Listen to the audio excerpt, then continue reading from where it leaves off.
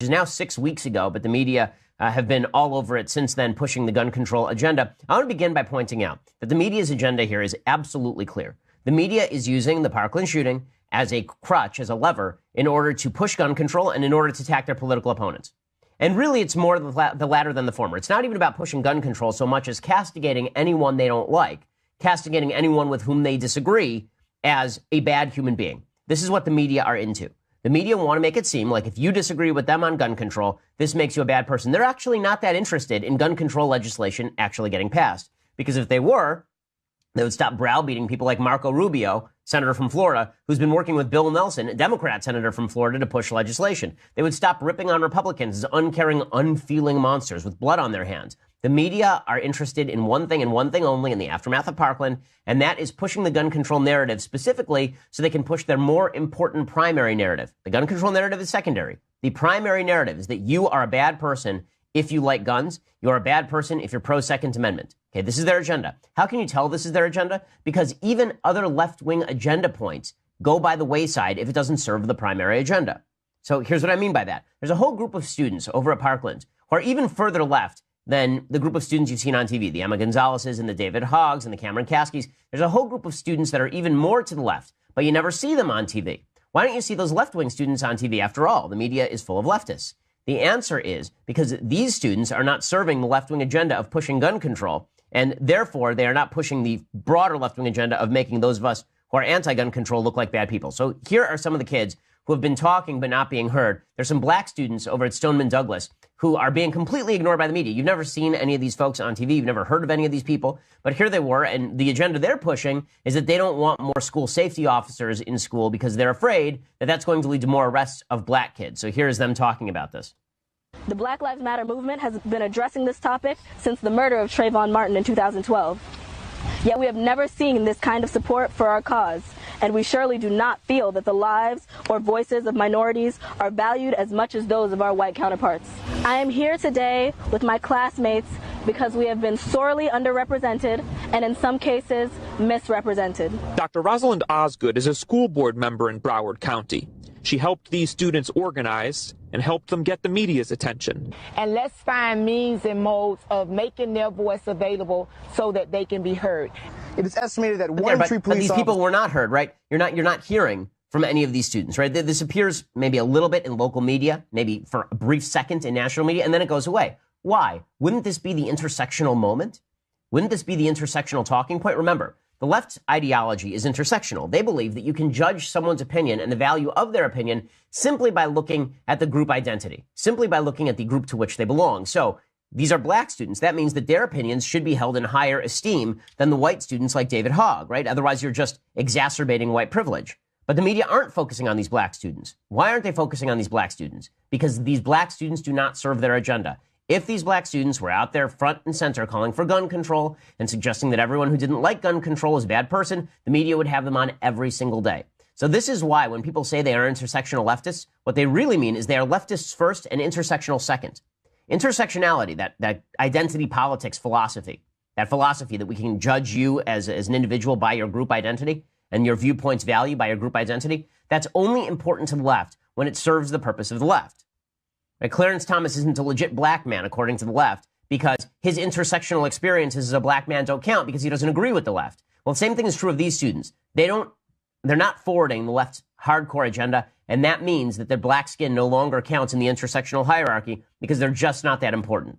Which shows you that all the members of the intersectional hierarchy, all the members of this intersectional coalition who are supposedly going to get together to rip down the system, it's really far less about mutual respect for ethnicity and much more about mobilizing to defeat the supposed patriarchy, to defeat the white privilege system. Now, that's why the media can safely ignore these black kids and pretend like nothing is happening with them because it doesn't serve their higher agenda. Well, what does serve their higher agenda? Right now, what serves their higher agenda is using gun control to push for boycotts against media figures they don't like. So this is a continuation of what happened last week. Laura Ingraham, the Fox News host, she was boycotted. Not even really boycott. There's an AstroTurf boycott attempt by David Hogg, who's a student at Marjorie Stoneman Douglas, and he was present when the shooting happened. And he's obviously been put all over the media. You've seen him saying really vile things about people he disagrees with, saying they have blood on their hands, saying that Marco Rubio's a murderer who basically took $1.05 from the NRA for every Florida student and all the rest. Well, David Hogg, he was interviewed by TMZ after visiting some colleges, and he was asked how the college admission stuff was going. And he said, well, to be honest with you, it ain't going that great. There are 4 colleges that didn't let me in, and I understand there are a lot of people who can fill those slots. But if the colleges want to help us out, they can help us out. And if they don't want to help us out, they don't want to help us out. Well, this prompted Laura Ingraham to tweet out that he was whining about his college admissions. Was that ill-advised? Yes. Is it something I would have recommended saying? No. Do I think that we should attack the perspectives that are wrong? Yes. Do I think we should attack the people expressing those perspectives? Not really. But Laura says all of this. And then Hogg's response is not, well, Laura, that was kind of a jerky thing to say. His response is directly from the Media Matters playbook. Media Matters, if you don't know, is a left-wing group co-founded essentially by Hillary Clinton. And that group has been designed for literally a decade and a half to launch astroturfed boycotts against major right-wing media figures. People like Rush Limbaugh and Sean Hannity and Bill O'Reilly, and now against Laura Ingraham. And so this student, David Hogg, he immediately comes forward with a list of the advertisers on Laura Ingraham's show.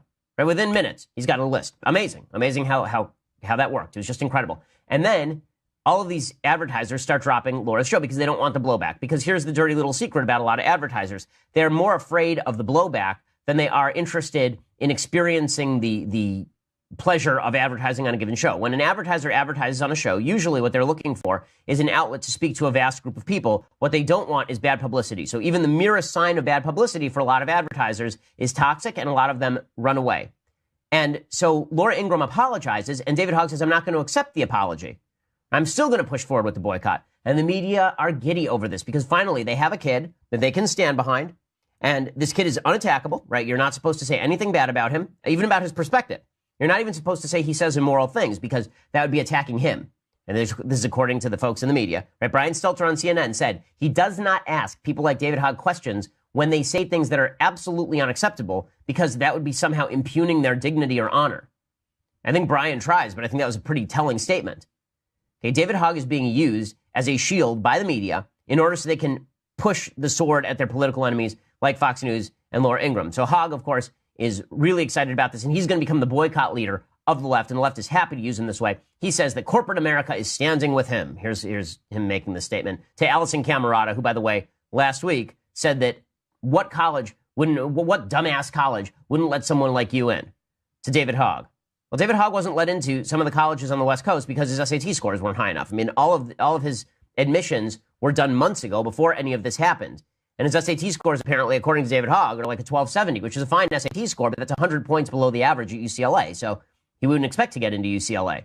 In any case, here's Allison Camerata and David Hogg, making out on national TV, or, her at least plastering her lips to his butt. I think it's great that corporate America is standing with me and the rest of my friends, because when you come against any one of us, whether it be me or anybody else, you're coming against all of us. And I think it's important that we stand together as both corporate and civic America to take action against these people and show them that they cannot push us around, especially when all we're trying to do here is save lives. Okay, well, that's all he's trying to do. Forget all the things that he said that are terrible about people, calling Dana Lash a murderer and someone who doesn't care about her children, and saying the same thing about Marco Rubio. And Allison Camerata just sitting there nodding through this whole thing. Corporate America is not standing with David Hogg. Corporate America is standing with non-controversy. And this is the truth about corporate America. They don't want controversy, which is understandable. If you run a business and you are selling a sleep aid and you are on a show and the show starts to become very controversial and suddenly your sleep aid is popping up in all the ads, you're afraid of the blowback. And so maybe you pull your advertisements. The left knows this, and that's why they're pushing it. And so David Hogg decides to push this even further. He says, listen, I understand that Laura Ingraham apologized to me, and I don't accept her apology, but she shouldn't just stop there. She should also apologize again on CNN, of course, on CNN. And then he says, you know what else? I would really appreciate if she would apologize to LeBron James. Why LeBron James? Okay, because a month before this shooting happened in Parkland, she said to LeBron James that he should shut up and dribble. We talked about it on the show. It wasn't something that I was fond of her saying. In fact, I criticized her saying it, but David Hogg is now going to be the apology police. He's the civility police, right? This guy who goes around saying that you have blood on your hands if you disagree with him, this is Captain Civility now, according to the members of the mainstream media. Here he is explaining that Laura Ingraham should apologize to LeBron James too, or something. There have been multiple instances throughout Ingram's professional career where she's tried calling out people, for example, at Dartmouth University because of their sexual orientation, and she told LeBron James to shut up and dribble. I don't see any apology for those people. I mean, why? it's really sad. It's disturbing to know that somebody could cause... Whatever. Okay, it's just absurd. Why should she apologize to David Hogg if he's not going to accept it? And then why is he calling on her to apologize to other people if he says the apologies mean nothing? None of this makes any sense, except insofar as the media are happy to watch David Hogg go out there and call for boycotts because they want Fox News boycotted. They're a competitor. And then they want people, and then they are firmly convinced that you cannot attack anything that David Hogg says. Again, David Hogg seems like a smart kid. David Hogg seems like a politically wily player. That doesn't mean everything that he says is moral or decent. In fact, I think a large percentage of what he says is immoral and indecent.